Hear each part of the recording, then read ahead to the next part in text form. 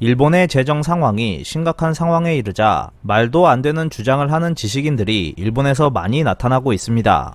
일본이 정한 법률을 일본이 지키지 않고 있는 모습입니다. 피커TV에서 자세한 내용 전해드리겠습니다. 일본의 재정 상황이 점점 더 악화되면서 일본 지식인들 사이에서는 재정 건전화는 정말로 필요한 것인가 라는 논의가 나오고 있습니다. 그렇다면 우선 일본의 현재 재정 상태와 국채 역사에 대해 살펴보겠습니다. 2020년에 일본은 도로, 교량 등을 만들기 위해 발행되는 건설국채가 22조 5,960억엔, 세 수입 부족을 메우기 위해 특례법으로 발행되는 적자국채가 89조 9,579억엔으로 모두 112조 5,539억엔의 국채가 신규 발행됐습니다. 현재 일본은 C19 대책 때문에 적자 국채가 팽창하면서 재정은 크게 악화되고 있습니다. 이에 따라 새 수입에서 차지하는 국채 발행액을 나타내는 국채 의존도는 64.1%로 나타났습니다. 국채를 빚이라고 평가한다면 일본 재정의 64.1%는 빚으로 조달되고 있는 것이 됩니다. 덧붙여 일본의 국채는 앞서 언급한 것 이외에도 연금 특례채, 부흥채, 제투채, 차환채가 있어서 이것들을 합계한 일본의 국채 발행액은 2020년도 기준 2,603조 655억엔에 이르고 있습니다. 일본은 이미 카드 돌려막기 방식의 한계점에 와 있다고 할 수 있습니다. 일본은 재정이 파탄난 제2차 대전 후부터 1966년도까지는 국채를 신규 발행하지 않고 기초재정수지의 흑자화가 유지되고 있었습니다. 기초재정수지 흑자화란 국가나 지방의 주 수입인 세수입 등으로 국채 등 공채를 발행하지 않아도 국채비를 제외한 정책적 경비가 충당되고 있는 상태를 말합니다. 그래서 기초재정수지는 재정 건전화의 기준이 된다고 할 수 있습니다. 즉, 과거 일본은 국채 발행에 의지하지 않아도 세수입 등 수입만으로 충분했습니다.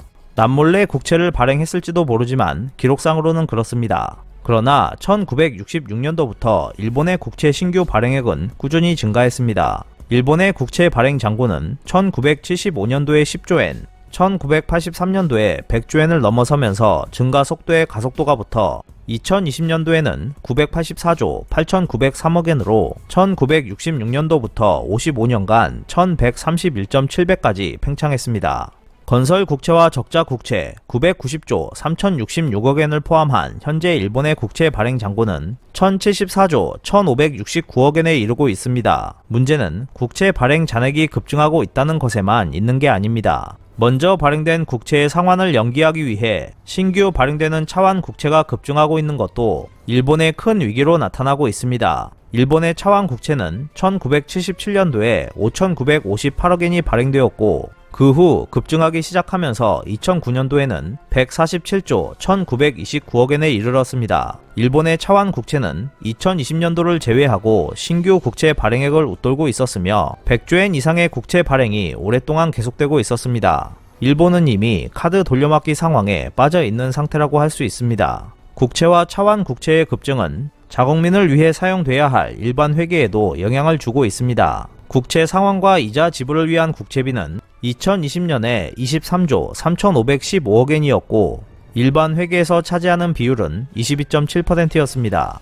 즉 20%가 넘는 예산이 빚을 갚는 데 쓰이는 것이었습니다. 일본의 재정 상황을 일반 가정에 비유한다면 궁핍은커녕 이미 파탄난 상태라고 할 수 있을 것입니다. 일본 정부의 경제재정자문회의에 의한 중장기 경제 재정에 관한 시선에서는 일본의 국채비가 향후 계속 증가해 2028년도에 26조엔이 넘을 것으로 예측했습니다. 그런데 이와 같은 일본의 빚 지옥 상황에서도 일본 지식인들 사이에서는 재정 건전화가 필요하다는 추진파와 재정 건전화는 필요 없다는 부정파로 나누어지고 있습니다. 일본 지식인들의 논의를 살펴보면 추진파는 이대로 국채 발행 잔고가 증가하면 머지않아 일본의 재정이 파탄난다 혹은 국채는 미래 세대에 대한 빚의 변주라고 주장하고 있습니다. 그러자 이에 대해 부정파는 지금까지 모든 지식인들은 여러 차례 일본은 재정 파탄에 이른다라고 주장했지만 전혀 그럴 기색조차 없다며 추진파를 양치기 소년에 빗대어 조롱하고 있었습니다.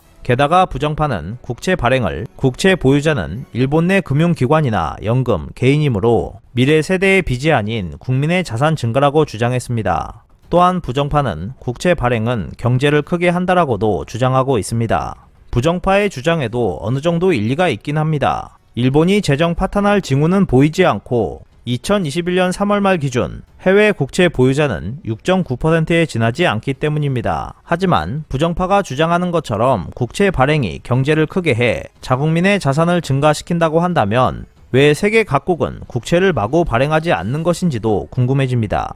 아마도 그 이유는 국채 발행은 위험을 수반한다고 생각하는 것이 타당할 것입니다. 또한 부정파가 주장하는 국민 자산이라는 개념에도 물음표가 붙습니다.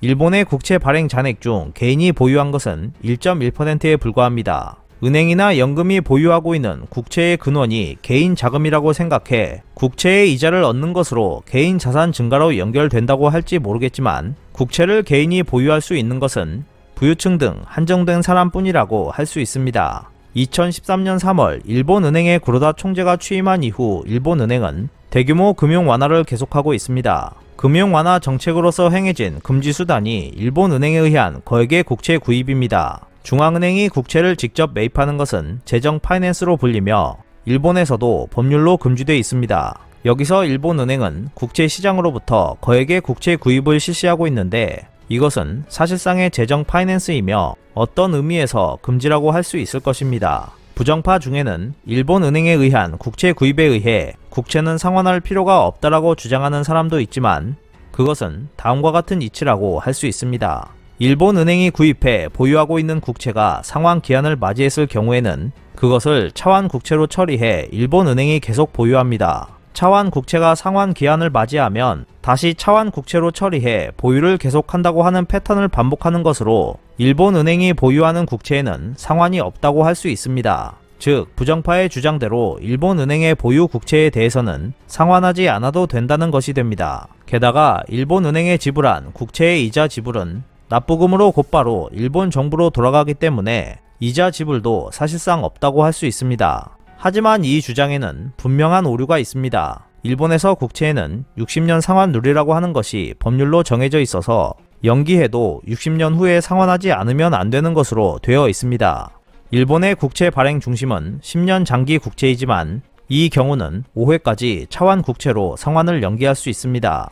하지만 결국은 그 후에 상환을 실시해야 합니다. 결국 일본은 자신들이 정한 법률을 어기고 있는 것이라고 할 수 있습니다. 일본은 1966년도부터 건설 국채 발행을 시작했습니다.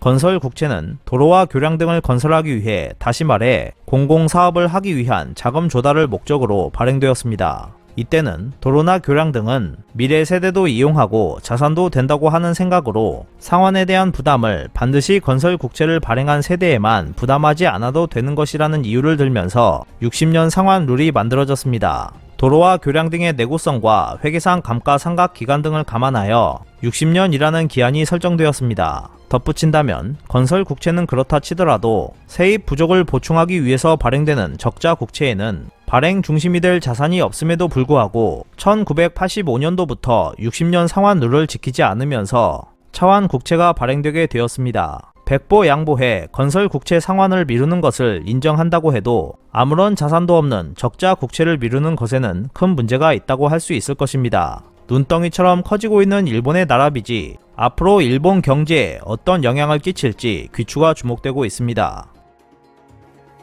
오늘 준비한 소식은 여기까지입니다. 끝까지 시청해주셔서 감사합니다. 여러분의 좋아요와 구독은 영상 제작에 큰 힘이 됩니다. 앞으로도 피커TV에 많은 관심 부탁드리겠습니다. 오늘도 즐겁고 멋진 하루 보내세요. 다음 영상에서 뵙겠습니다.